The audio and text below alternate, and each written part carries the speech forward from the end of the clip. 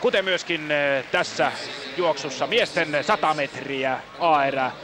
Hello everyone, once again, welcome back to my YouTube channel. I'm your host, Larry Kagira Uncovers, and in today's video it's very interesting, and I'd love us to look at this phrase that was done by none other than Jamaican's favorite Asafa Powell. And in this case, Asafa Powell did destroy the field in both instances. Now I have two races that I have combined for you, and I'd love for you to watch this. It was back in the year of 2007, and this is just a proof to show that Jamaicans have been dominating the field from a long time ago up to now. So watch this video up to the end, and then I'll be back with a few comments. 7 Freightorin aika olympiafinaalissa. Davis Patton oli myöskin mukana olympiafinaalissa, jäi finaalin 8.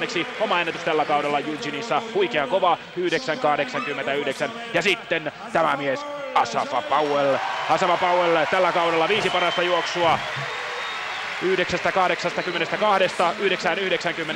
ja Gatesheadissä kulki sunnuntaina sadekelillä 9.87. Powell saattaa tänään tehdä ihan mitä tahansa. Richard Thompson, olympiahopeamitalisti 9.89 Thompsonilla, ja itse varman oloisina on Richard Thompson, Trinidadin mies. Olympiahopeaa tuli muuten viestistä Trinidadin joukkueelle. Sitten Walter Dix. 9.91 on ennätys. Tapasin miehen valmentajan Terry Longin tuolla hotellin käytävillä. 70 hyvin virkeä pappa valmentaja. Ja hän sanoi, että Dixillä kävi vähän tuuri siinä 200 metrillä, mutta nyt juostaa 100. Mark Burns, Trinidad ja Tobago on siinä olympiahopeamitalisti. Henkilökohtaisen 107 finaalista, ja Nesta Carter on myöskin olympiavoittaja. Ei ollut henkilökohtaisella 100 mukana. Jamaikalla on niin hirvittävän kova taso, että tämä 9.98 mies jäi pois Jamaican joukkueesta, mutta oli mukana viestijoukkueesta, niin kuin oli myöskin tämä mies. Hän teki aivan hirvittävän ankkuriosuuden. Usain Bolt toi kaarteesta viestin Asafa Powellille ja huusi jotain perään, ja Asafa otti neuvosta vaaria ja paineli aivan hirvittävän osuuden tuohon loppuun, ja siitä sitten todistettiin 4x100 metrinen maailman ennätystä. 37.10, 30 peräti parani tuo maailman ennätys, mutta nyt siis miesten 100, Collins, Frater, Patton, Powell, Thompson, Dix, Burns, Carter. Siinä 8 huippunopeaa miestä. Powell sanoi, että hänen tavoitteensa on tänä iltana parantaa omaa ennätystä. Se on 9.74. Ja jos se paranee, niin se on aivan hirvittävä aika. Katsotaan millaisen lähdön Powell saa. Saa ihan hyvä lähdön ja on sitten jo 40 metrin kohdalla aivan omissa yksilöisyydessään. Tulee todella kovaa ja tulee todella kovaan aikaan ja tekee sen oman ennätyksensä. 9.72. Asafa Powell tulee lähelle maailman ennätystä. Ja ei suotta puhunut tämä mies, että nyt hän alkaa olla kunnossa. Pahuus vieköön, kun ei pää kestänyt olympialaisissa, eikä pää kestänyt oikein maailmanmestaruuskisoissakaan, mutta täällä Losannessa se kestää 9.72. Se on kova. Se on tosi kova aika, ja se on myöskin kertaheitolla uusi kisaennätys. Leroy Burrell juoksi aikanaan täällä maailmanennätyksen 9.85 vuonna 1994, mutta nyt paidellaan paljon kovempaa, mutta se ei riitä maailmanennätykseen 9.72. Asafa Powell on karmeassa kunnossa, ja olisipa sentään ollut mielenkiintoista nähdä, että mitä Usain Bolt olisi tehnyt tässä juoksussa. Älä muuta sanoa. Kuinka kovaa oltaisikaan menty, kun siinä olisi vielä Powell saanut kirja-apua Boltilta. Sentään. Oli komea repäys. 9.72 varmistuu voittajaksi, ja nyt saadaan ihailla tätä juoksua. Tuossa 40 kohdalla Powell lähtee muusta joukosta kuin raketti. Miehet jäävät kuin seisomaan, vaikka tulevat siellä edelleen reilua lähestulkoon 40. Powell tulee tässä ja katselee sivulle, että mikä se voittoaika onkaan. Se on minun oma uusi ennätykseni 9.72. Powell teki juuri sen, mitä hän sanoi. Hän sanoi, että hän lähtee tänään tekemään Losannen oman ennätyksensä, ja se myöskin paranee 200 9.72. Walter Dix jää kauas taakse 20.9.92, tulee myöskin lähelleen omaa ennätystään, ja kisan 3. on Jamaican Nesta Carter, sivuaa omaa ennätystään 9.98, ja kauas jätetään Richard Thompson, olympiahopeamitalisti.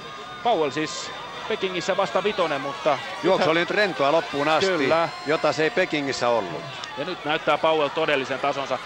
Ehkä hiuskarvan edellä on Usain Bolt ollut tällä kaudella, mutta kun nyt katsotaan vielä tämä Powellin juoksu tähän kohtaan, niin tietysti maailmanennätys on maailmanennätys, mutta aivan tasoissa nämä miehet suurin piirtein 100 ovat tämän kauden juoksujen perusteella. Nyt 9.72 ja vielä kerran tämä jäniskamera sivusta kuvattuna. Katsokaa mikä vauhti, mikä askel, mikä askellus ja rennosti loppuun asti ja sitten katsotaan vaan Omega, että mitä se näyttää ja sehän näyttää hienoja lukemia 9.72 ja Losannen yleisö villiintyy. Powell lähtee kunniakierrokselle ja salamavalot välkkyvät Losannen pimeneessä hienossa lämpimässä illassa, plus 0,2 metriä myötäistä tuulta ja jos tässä juoksussa olisi ollut myötätuulta pikkaisenkaan enemmän, niin en uskalla sitä sanonpas ääneen, oltaisiin juostu maailmanennätys, jos oltaisiin juostu optimaalisiin tuulioloihin, eli 2 metrin sallittuun myötätuuleen, mutta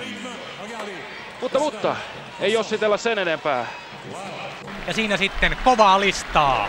Miehet 100 metriä. Ja maailmanennätysmies radalla 5, Asafa Powell. Hän kohtaa Euroopan mestarin, kaksikertaisen Euroopan mestarin Francis Obik-Velun, joka voitti molemmat pikamatkat tuolla Göteborgissa. Obik-Velu lähtee viereiseltä radalta. Miesten 100 metriä, sitä ennen ehdimme katsoa vielä Andreas Thorkildsenin heiton ensimmäiseltä kierrokselta miesten keihäskilpailussa. Se tulee tässä näin. Andreas Thorkildsen ja hänen ensimmäinen heittonsa lähtee korkealle, tulee hyvin ja tulee sinne lähelle 85 metriä, mutta ei taida ihan mennä. 84-73 on sitten näköjään 84-73 Thorkildsenin heitto. Pitkämäki johtaa Thorkildsen kakkosena. Nyt menemme miesten 100 metrille ja tässä näin rataesittelyssä miesten 100 metrin juoksijat. Michael Freiter lähtee sisäradalta 6. Oslossa, 5. Pariisissa ja 6. sitten Roomassa. MM2 Helsingistä 10.06 tämän kauden paras. 3. radalla tämä mies Marcus Brunson. 2. oli Sean Crawford, 3. Marcus Brunson ja sitten mennään jo radalle 4. Siellä on Euroopan mestari Francis Obik-Velu. 100 ja 2. Euroopan mestari Göteborgista, voitti kaikki 8 juoksuaan EM-kisoissa 4 päivän aikana. 7. Roomassa, ennätys 100 kova 9.86, nigerialaislähtöinen Obik-Velu saa vastaansa tämän miehen Asafa Powellin, joka on ilmoittanut, että hän tykkää radalla 5 juosta. Aina kun hän juoksee rataa 5, niin silloin kulma kulkee. Ja kuinka muuten Asafa Powell on nyt radalla 5, 9.77 on tämän kauden paras ja maailmanennätys. Sitten Tyson Gay radalta 6, 9.88.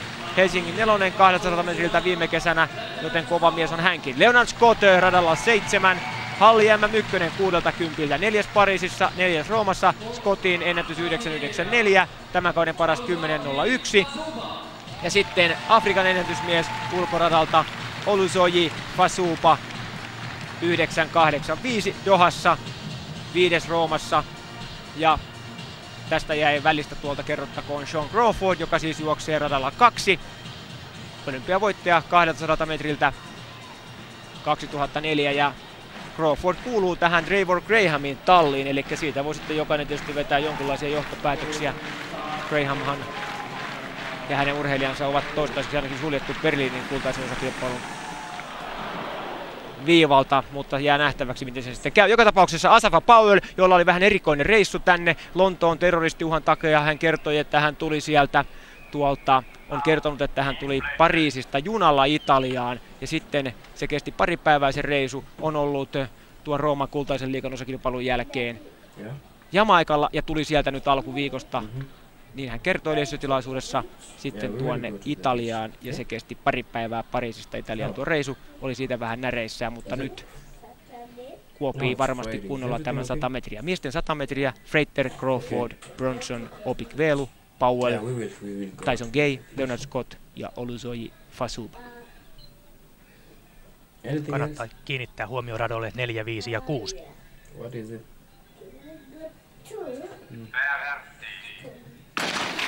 Ensimmäisellä matkaan ja sitten Obik-Velu jää vähän telineisiin, kun Powell tulee sitä keskeltä, mutta saa hyvän vastuksen. Viereltä tulee hyvin myöskin Tyson Gay.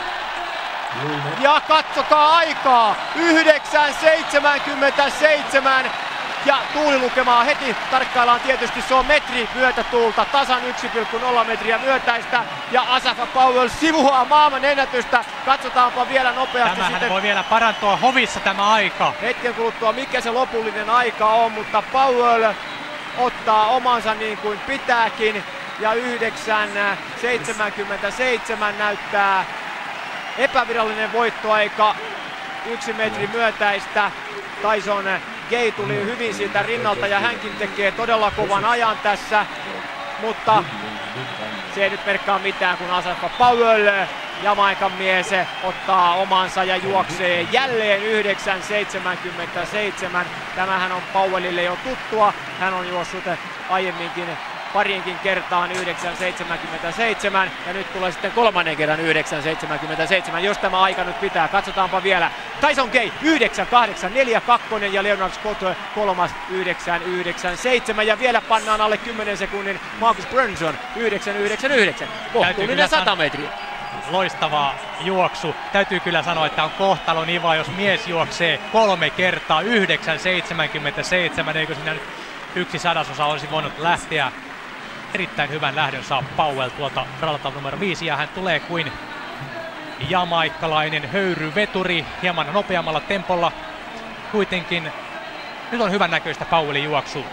Se on rentoa, kaunista, katseltavaa ja hän tuossa jo vähän aikaisemmin lupaili, että kyllä se maailmanennätys sieltä tulee ja jälleen sivutaan, että ei voi muuta sanoa kuin hieno juoksu kerta kaikkiaan. Asafa Powell 9.77 ja näyttäisi sille, että tämä aika pitää, ainakaan vielä ei ole siihen muutoksia tullut. Voittoaika siis, hän sivuaa maailmanennätystä 9.77. So guys, I believe you've watched this video up to the end and it has just been impressive to see these kind of performances from Asafa Powell and the other athletes. Now it's a great honor to say this, that Jamaica is indeed a sprinting factory, because from Usain Bolt to Asafa Powell, and now we have these great talents that we've seen in the Tokyo 2025 season. We have the twin sisters, we have Jerrica Jackson, we have the Mommy Rocket. I know where she is totally loved and I know people will really miss her a lot. And we can have a look at the juniors, whereby we have the likes of DeAndre Daly and the rest. So it's true to say that Jamaica is indeed a sprinting factory. Now, I want you to urge you to please consider subscribing to my channel if you are yet to subscribe, and to my new subscribers, my new viewers, I want to assure you that you are on the right channel. So once again, let's talk about what we've just witnessed. I mean, it has been a very impressive 100-meter race, and in this case we've seen Jamaica's Asafa Powell. He really did great. He made the Jamaicans great. He made sure that he flew his country's flag high up in the sky.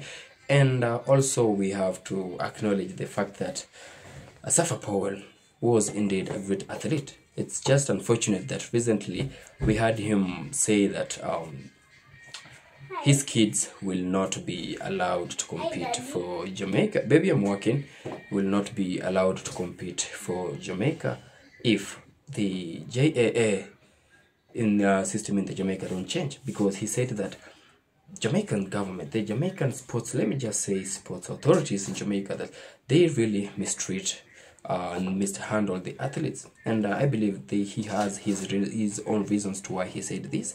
And of course, for someone to say this, he really came up with some heavy accusations of the government, and that's led to him saying that his kids will not be allowed to compete for Jamaica if the system doesn't change. So I really hope that the system in Jamaica will completely change. Now in this case, oh God, forgive me for this guy. So in this case, I'd love to say this. It's been sad seeing Jamaica lose its favorite athletes to other countries, and in this case we'll talk about Jamaican athletes moving to Ghana, I mean to Turkey. So we've seen people really move to Turkey, and it's a move that really shocked a lot. Some said that they were only the athletes were only focused on the money, on whatever they will be in their accounts, on the figures, forgetting that they are from Jamaica. And others say that since the JAA in the Jamaica is not really helping these athletes, that they just did, or rather made the right move switching their nationalities from Jamaica to Turkey. But we don't have to actually watch these athletes lose or rather change their nationalities from Jamaica to Turkey when our sports authorities can just make sure that these people are well taken care of, because these people are responsible for flying our country's flags high in the sky and also representing our countries at the highest level in their careers. So for me, on my own opinion, I believe that these people should be respected, should be taken care of, given proper training facilities and at proper training centers so that they can deliver and continue giving us what they do best. So guys, I've been your host, Larry Kagira Uncovers, and I'd love to ask for your apologies for this little guy. So remember to consider to subscribe to my channel if you're yet to subscribe, like my videos, and also share them with your loved ones. So until we meet again in my next video, peace out and one love.